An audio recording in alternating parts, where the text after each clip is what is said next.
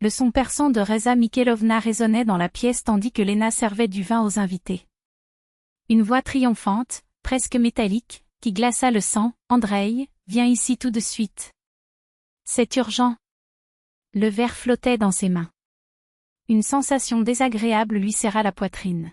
« Que s'est-il passé, Raïssa Mikhailovna ?» demanda-t-il en forçant un ton ferme alors qu'il posait la bouteille sur la table. « Viens maintenant », fut la réponse sèche, sans place pour les répliques, mais remplie d'une satisfaction suspecte, presque malveillante. Lena n'a pas hésité. Il se dirigea vers la cuisine à pas rapides et trouva Andreï debout, pâle, les yeux écarquillés d'étonnement. Raïssa Mikhailovna, à son tour, tenait le sac à main de Lena d'un ton accusateur, son sac en cuir noir, qui quelques minutes auparavant reposait sans danger sur le dossier d'une chaise. Et là, sur la table, 3 grosses liasses de billets, chacun attaché avec ses rubans bancaires qui ne laissent aucun doute, 50 000 roubles chacun. 150 000. En espèces. Dans votre sac. Qu'est-ce que c'est, dit la belle-mère, comme si elle détenait la preuve d'un crime. Je suis allée sortir la tarte du four, le manche s'est coincé dans le sac, il est tombé, tout s'est déversé. Et puis, ça. Les paquets furent jetés sur la table avec un geste théâtral, comme s'ils constituaient la dernière pièce d'un sale puzzle. Explique, Andreï. D'où ta femme a-t-elle obtenu autant d'argent? En espèces? Maintenant? Lena n'a pas reculé. Il s'approcha de la table, ramassa les paquets avec un calme délibéré et les remit dans son sac, tandis qu'il répondait avec un froid brûlant, « Reza Mikhailovna, ta cuillère était-elle dans mon sac? » Non. Alors comment expliques-tu que tout à coup tu saches exactement où raciner? Les doigts de la belle-mère tremblaient. Elle est tombée. C'est tout, a-t-il expliqué, comme si la gravité était la véritable coupable. Il est tombé, répéta sèchement Lena. Un sac qui se trouvait loin du four, accroché à une chaise, est tombé mystérieusement. Et bien sûr, au lieu de simplement le remettre en place, il a fallu ouvrir le compartiment intérieur, il a fallu fouiller jusqu'à trouver ce qui n'était pas à vous. L'argent dans les liasses bancaires ne tombe pas comme ça, n'est-ce pas? Il est stocké. Verrouillé. Dans un endroit que vous avez violé. Quelle différence cela fait, a explosé Reza, ses mains battant l'air comme si elle écrasait des mouches. Le problème n'est pas comment je l'ai vu. C'est juste que je l'ai vu. Trop d'argent à cacher pour une femme. Lena ajusta la bandoulière de son sac sur son épaule, les yeux pétillants. Ce n'est pas votre problème, dit-il. Pas le tien, personne d'autre n'est ici. La belle-mère se tourna vers son fils, comme si elle cherchait un allié. Andreï, tu m'écoutes? Ta femme cache 150 000 roubles dans son sac à main. Que fait-elle? Le silence d'Andreï était un couteau. Ses yeux rebondissaient entre sa mère et sa femme, jusqu'à ce qu'ils finissent par céder à la pression. Lena, d'où vient cet argent? Elle le regarda longuement et profondément, comme si elle le voyait pour la première fois. Vraiment, dit-il, sa voix remplie d'une déception qui faisait plus mal que de crier. Tu me demandes ça sérieusement? Il balbutia, c'est juste, c'est bizarre. Tant d'argent. Étrange, répéta Lena, comme si elle goûtait un mot aigre. Bien sûr. Étrange. Elle se tourna pour partir, mais la main d'Andreï lui attrapa le poignet. Explique juste, pourquoi tant de secrets? Lena se dégagea d'un mouvement brusque. Parce que c'est mon argent. La phrase tomba comme un marteau. Mon soldat. Et je ne dois satisfaction à personne. Reza a bloqué la porte, le visage affichant une fausse indignation, mais nous sommes une famille. La famille n'a pas de secrets. Des secrets? Lena éclata d'un rire sans joie. Bien. Alors parlons de secrets, Reza Mikhailovna. Dites aux invités combien vous gardez dans votre petit sac. Oh, ce ne sont pas mes affaires? Exactement. Elle revint à table, ouvrit son sac à main d'un geste théâtral et jeta les paquets à la surface, ainsi que les reçus bancaires.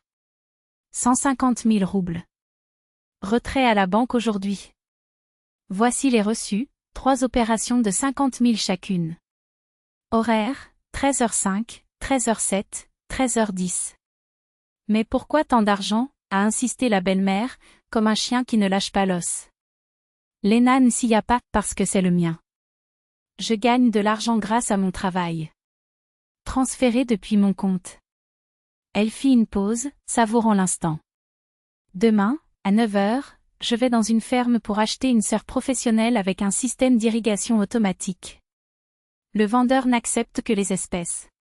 J'ai payé en espèces pour l'apporter aujourd'hui et l'installer dans notre ferme le week-end prochain.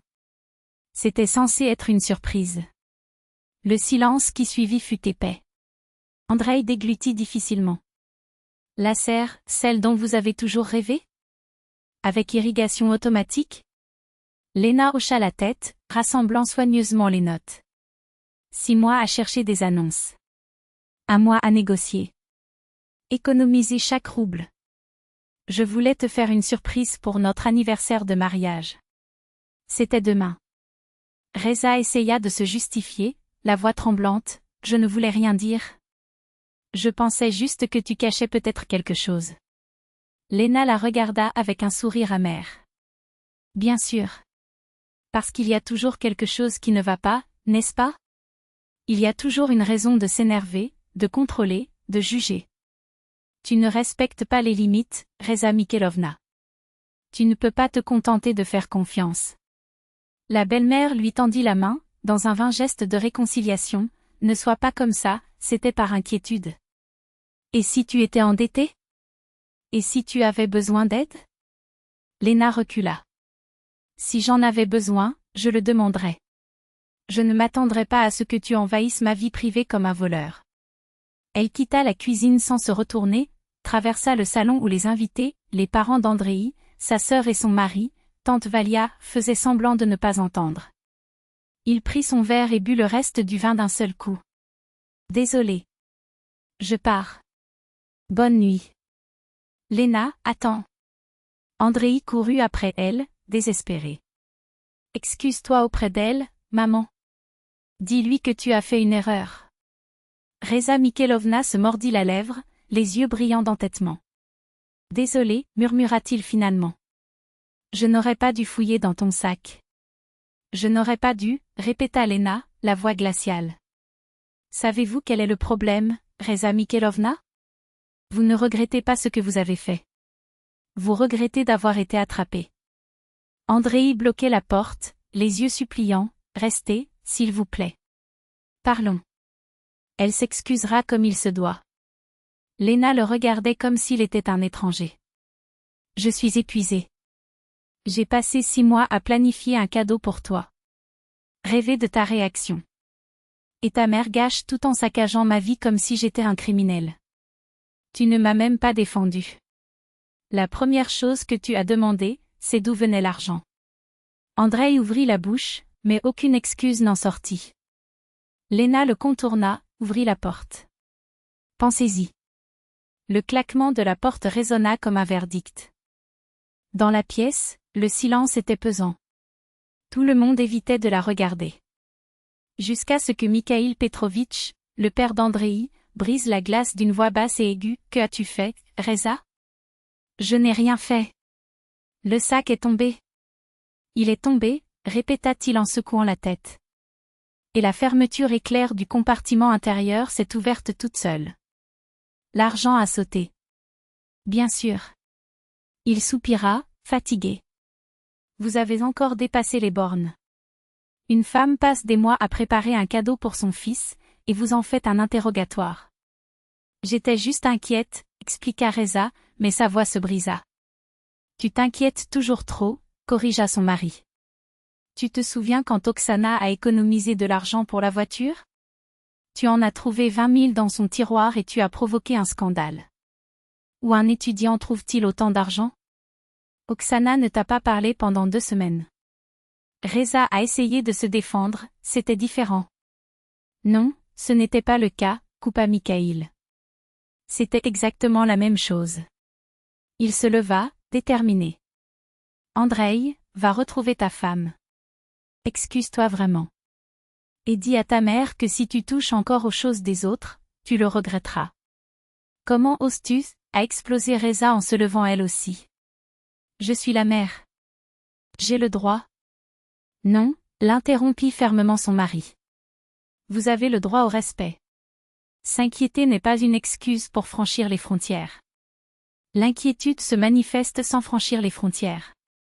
Mikhaïl enfila sa veste avec des gestes précis, tandis qu'Oksana et Sergueï se dirigeaient déjà vers la porte. La nuit fut gâchée et tout le monde commença à se disperser en silence.